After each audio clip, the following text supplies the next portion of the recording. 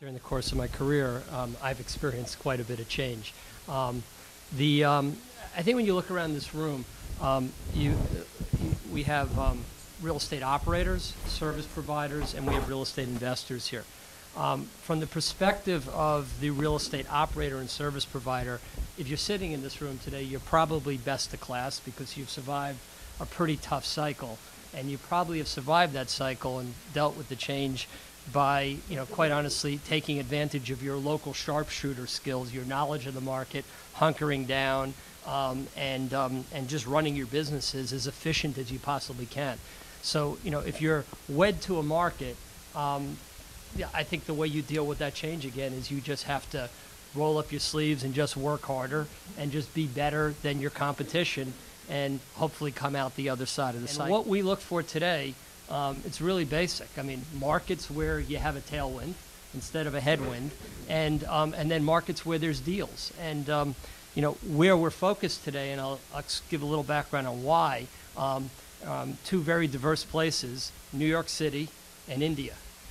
Why? Well, first of all, we think that, and coming with a background of having been global investors, when you look around the world, we think that the overall investment dynamics are the most interesting in the United States than any place in the world. But our overall macro view of the United States is that it's really going to be sideways, kind of Japan-like for the next maybe 5 to 10 years, where it's going to be very difficult for the economy to generate any growth. India, because it is one of the markets in the world where there is tremendous growth, even though in the last couple months that's even starting to show signs of cooling. Now, within those markets, let me focus on the United States, and maybe Jeff will come back to some of the foreign stuff later. What are we looking at? Primarily value creation deals. And just finishing up very quickly, what I mean by that is that where is product coming from? It's predominantly coming off the bank's balance sheets. The banks have been, we all know, very slow to dispose or resolve any of this product. But what they are selling are very baked investments, things that are very stable, and there's a lot of capital chasing that. So as a real estate entrepreneur, we find our competitive advantage in investments that are focused more on creating value. The New York City market is very vibrant. It's one of the few places that are going, but why isn't that happening here in Westchester? Okay, and I think it's pretty simple. I think the seeker process and a lot of our regulation has prevented us from building, because if communities don't build and improve themselves, they die. And I think Westchester's truly in crisis because as New York is expanding, attracting young people, some great companies, Westchester isn't, and we're right there, but for some reason in the last 20 years there's been a disconnect, and I don't think we're any longer the direct suburb of what's going on in Manhattan. And I think this is really at the heart of why our municipal financial situation is so difficult. But what's at the bottom of it? What's at the bottom of it is the infrastructure and bureaucracy to allow growth doesn't work. The seeker process, it takes 3 to 5 years to get a project approved in Westchester. So you miss the market if you're a developer. If you're a community with a school system, you miss your municipal budgets. You thought you were going to get a project online. I mean, take something like Sleepy Hollow and GM. They've been waiting 15 years, okay, for that project to come online. Think about the school system that did an expansion 3 years ago because they swore. So these kind of problems make this an untenable situation, not only for the developer, but for the communities. And I think it's really urgent that particularly some of the cities in Westchester really take this seriously and allow and get a plan for growth like New York City that allows you to take a project and get it done in a year. And that's really, I think, very important. Alternative energy is why I sit here today on this panel. Alternative energy, if you think about other industry sects, it's taken years and years. Look at IBM. How long has IBM been building the computer models out of 50 years, 40 years, 50 years? So alternative energy is a brand new startup industry, and if we're really serious about getting towards maturing alternative energy technologies, if we're really believing and if we're really saying that that's something that we have to do, we've got to give alternative energy some time. I think it's everything. It's a combination of all aspects of what is what it takes to grow and mature a new industry sector. Secra is just one of the minor steps of developing alternative energy technologies. You have to think of the computer modules 30, 40, 50 years in development. Alternative energy just came about under President Bush, 2006. This is a Republican Wait a minute, that wasn't concept. 13 years ago. You've been into this 13 years already. Yeah, some of us had a little more vision and saw a direction. Let me State is a great state for manufacturing these devices or the energy. As Jim is going to make the energy, and he's going to reuse waste materials and convert that back to energy. He's an innovator, though. And what we need is more people like Jim, to be quite frank, that can stand up to all these obstacles along the way. Now, what we're finding is, recently we announced a Chinese company coming to the IBM complex at East Fishkill, for example. And we didn't have a hard time getting them to come to New York. Really? Because the vision of being near New York City, especially to foreign companies, is really attractive to them. So that's a sort of a benefit of the geography that we have. In addition to that, they see New York State as a very high-tech state, not just California, not just Austin, Texas, but New York State in general. You mean the market? So the market, though, may not be in New York. That's a different issue. But to manufacture the components for the devices that people would like to make, this could be a good place to do that and launch it. The infrastructure lets you ship it to wherever we want. So there's great hope for New York. But we do have these obstacles and issues, both at the state level, the municipal level, and the federal level that we have to push through. Art, Baseball game, you got to put on a baseball uniform, and if you're a developer or an investor, you basically have to play the role and actually know what you're getting into. We seem to have an ability to find, seek out agencies and others that can actually assist us in that process, and that's what we've been able to do in Yonkers, as an example, down in Virginia, and it's something that I learned how to do actually when I was working as an architect in Dublin, Ireland, which I just came back from there, and I'm glad we're able to talk about opportunities here, because they have no opportunities over there. There's nothing for sale. There's no financing. All the banks are owned by the country. The IMF runs the country in terms of how much money they're going to allow to be spent on public projects and economic development initiatives. I mean, it's pretty scary. We've got a lot of opportunity here, and I think all of us on this panel that's what we are. We're opportunists, as John said, and we know the landscape. We know how to get it done. The biggest change that I've seen in the last 2 or 3 years has really been in the financing and the banking systems and how we've had to negotiate that. That has, to me, been the biggest problem that we've had here. Fannie or Freddie or either some of these too big to fail companies, it's really been a real challenge, and that's been my challenge over the last. Everything's taken a lot longer to get done, and yeah, I think the approvals are an issue. It's a landscape that we pretty much know, and we can deal with.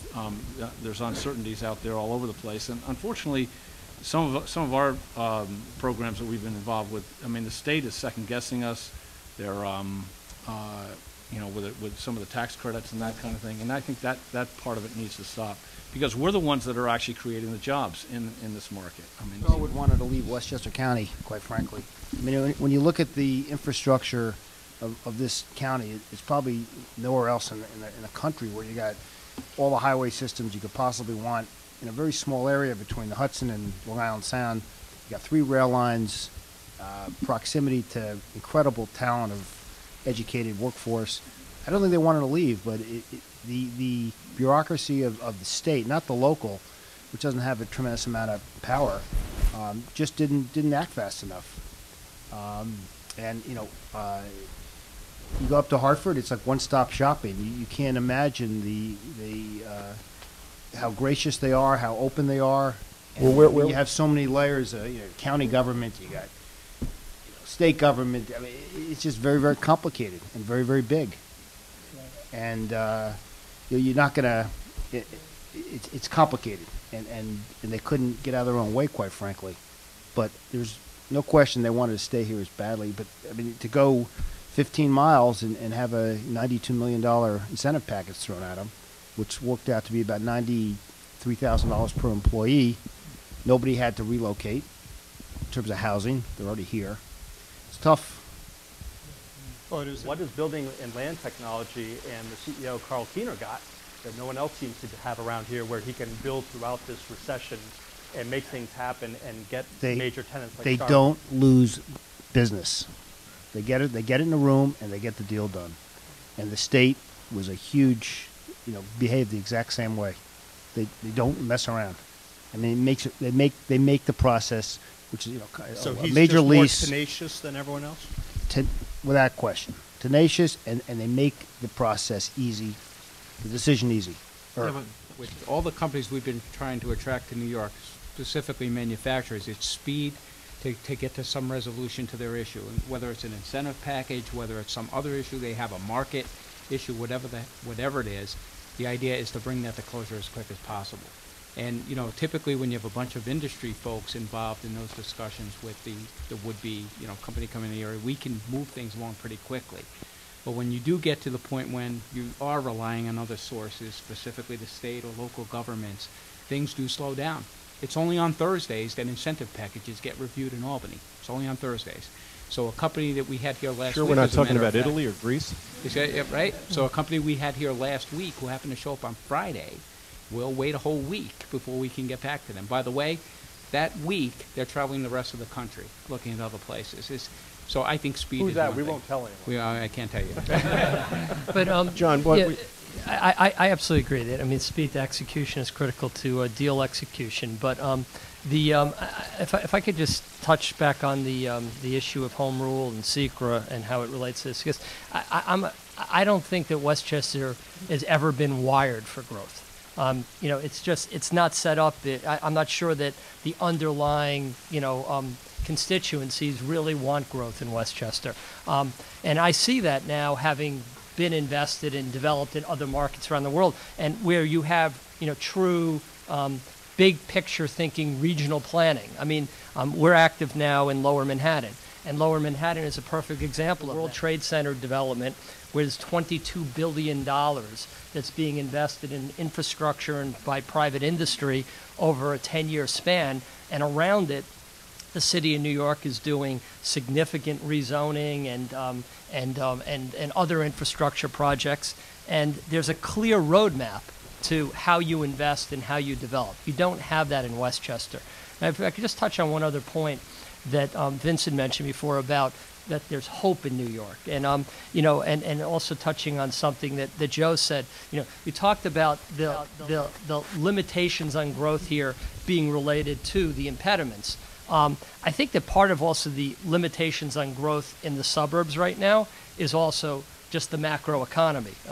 New York City is going sort of sideways right now, and based on my years of experience in Westchester, I think many people would say this in the room, Westchester and the suburbs tend to go the way of the city.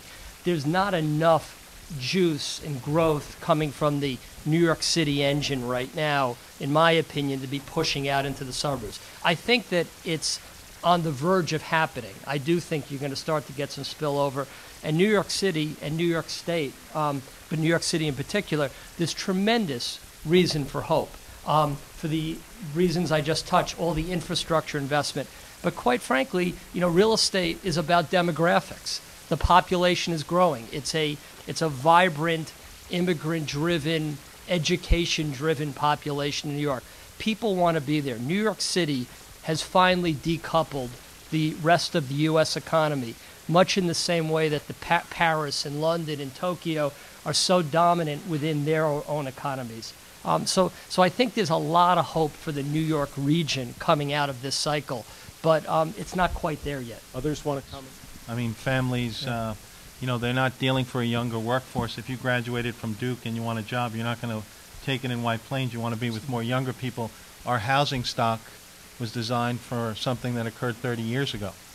And now you have a county that I think is hardwired to be anti-development, frankly, and they never thought they needed it, but now you have a municipal financial crisis, the county and a lot of the municipalities. So there's only one way out of it. You either cut costs, which is very difficult, or you grow out of it. And if you're not prepared to develop or build, it's very difficult to get revenue. So what does one do? And I think that, and look at what's happening. I mean, demographically, people are renting more. Okay, Westchester doesn't have a huge rental stock. You know, it could use more. It could use more new rental stock at transit-oriented locations. It could use places where the younger people want to be. That's one of the success stories of Yonkers downtown, and Art's been a big... Seems to me that we're talking about initiative, and you're talking about responsiveness and thinking about demographics. I mean, the Gen Y generation is actually bigger than the baby boom generation, and that's coming, and they're all coming into the into that rental mode. I think in the last 5 years, there's now 38 million people renting in this country, and there was only 34 million just a few years ago. So How many- We've spent the last 30 or 40 years in such a growth mode and simultaneously built a management system called government, called regulatory at local, state, federal levels to build, to manage this growth. And for the first time ever, we're now in a position of where we've got to go back and compete locally, statewide, and countrywide, and international-wide. And all of a sudden, we've woke up one day and found out that we've built this monster that's got to be fed, that we can no longer afford to feed. And when you start to compare it to other locations, we're out in left field. So it's really, the question is, how are we reasonably, responsibly going to gear this thing back to coincide with where we're at? And that's really going to become the Wall Street market is, in all regards, zero tolerance of risk. So new innovative technology development is all risk. No matter how you calculate to cover every aspect of risk, there's still only a certain degree and extent of coverage that you can provide. There is no insurance that you can buy. We've been around the world to all the worldly insurance companies for technology risk, if you will. There are none. So what do we do in the meantime if we're really going to move off of fossil fuels? And what we're reading every day in the paper, if we believe the papers, and you got to believe a lot of it is true. The one that's here. A client who's involved in the development industry, and I said to them that Westchester's kind of a NIMBY county, not in my backyard. He said, no, Westchester's a banana county. I said, what do you, John's obviously heard the acronym. I said, what do you mean by banana? He says, build absolutely nothing anywhere near anybody, which unfortunately is the case. But I respect the fact that we have a number of developers on the panel, but as a commercial broker who's doing leasing work, how about if we keep it simpler? And what would be your reactions to how do we fill the buildings that we have, get more people in the office buildings, get more people in the residential buildings, create more life so that the market is healthier, the rents go up, and we're able to get to the next step, which is new development. So I'm curious, how do you view what I'm calling the first steps toward getting the market healthier before we're able to go and develop new product? Who wants to tackle that I one, mean, Joe? the best way out is for the older suburbs to rebuild themselves and basically, you know, and its density. I mean, you know, when everyone talks about sustainability, I mean, Norman Foster, the British architect, he says sustainability is one thing, density. And if you don't acknowledge that, that's been his sort of comment on it. And I think Westchester just needs more density in the areas that have transportation and the infrastructure. And I think without that, you'll have one big sick building syndrome from Portchester to Tarrytown, because you have older buildings that are built for a different era, for different type of corporations. And it's great to resuscitate one, but I think a lot of them along this mile, I certainly wouldn't want to be in a lot of the buildings. Would you? I mean, in your Yeah, it's not about necessarily about the redevelopment of these facilities. It's about everything else that we've been talking about, which is having the right infrastructure, having the right quality of life, having, you know, attracting an affordable labor force, having a place that young people want to come back and you know, and make their home. You know, in the absence of all that, you know, the only place that Westchester's ever got any juice, again, is overflow from New York City. And, you know, that happens every once in a while. It's a short-lived cycle, and when the city gets overheated, you get some flow out here.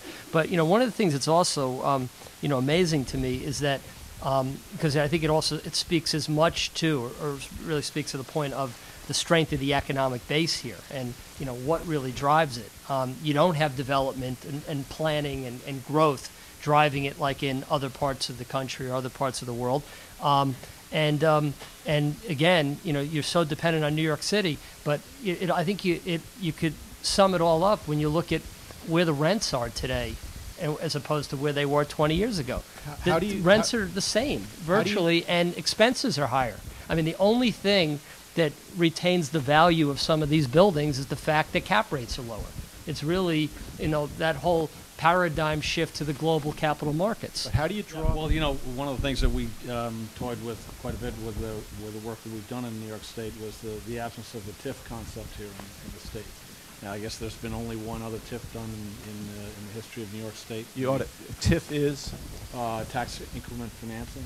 Okay. So in order to basically do some of the, create some of the infrastructure that you need to create these mixed-use projects and so forth, you employ or deploy some kinds of programs like TIF, and that's exactly what Dan Malloy and Carl Keener did in Stanford. Wasn't that tried in Yonkers? I don't know if it went through. That wasn't. We've got the most beautiful, attractive, enticing place in the world, being in this southeastern New York, southwest Connecticut. This is the best place in the world. Schools, education. And yet we educate our kids to grow up and move out of here. So how do we turn this around to keep them here? Cost of living. Jeff, I think the taxes and the cost base are a major consideration, but I don't think it's the most important. I think again it comes back to creating a place that people want to be, and having that diversified economic base. I mean, again, just New York City, the taxes are much higher than here. I mean, you pay a New York City income tax. People want to be there for all the reasons that are obvious. Like reinvent everything. We've been doing things the way we've been doing them, and now it's time to turn everything upside down and say this is the way we want to be. And maybe raising taxes is something you have to do along the way, but that's just one piece of it. You've got to look at everything. How do you do schools? Where do people live? Where do you set complexes? Home rule, regionalism. I mean, we're just starting to use that word, regionalism, in these counties, really. I mean, now the governor started his regional economic councils. I happen to be on it. Jim was on it for our region. And I don't know, in my lifetime, I've never had an opportunity before where we actually spoke county to county about things that we could do together. And so there's just a whole lot more of that can happen, and, leadership has to learn to do it. Did we come out of those discussions so far for you? The most interesting thing to me. The common theme from today is growth. I mean, growth attracts talent. Yeah, growth right. creates competition. Competition raises the bar and makes people have to work harder, and that's where the entrepreneurialism comes from. Well, fortunately or unfortunately.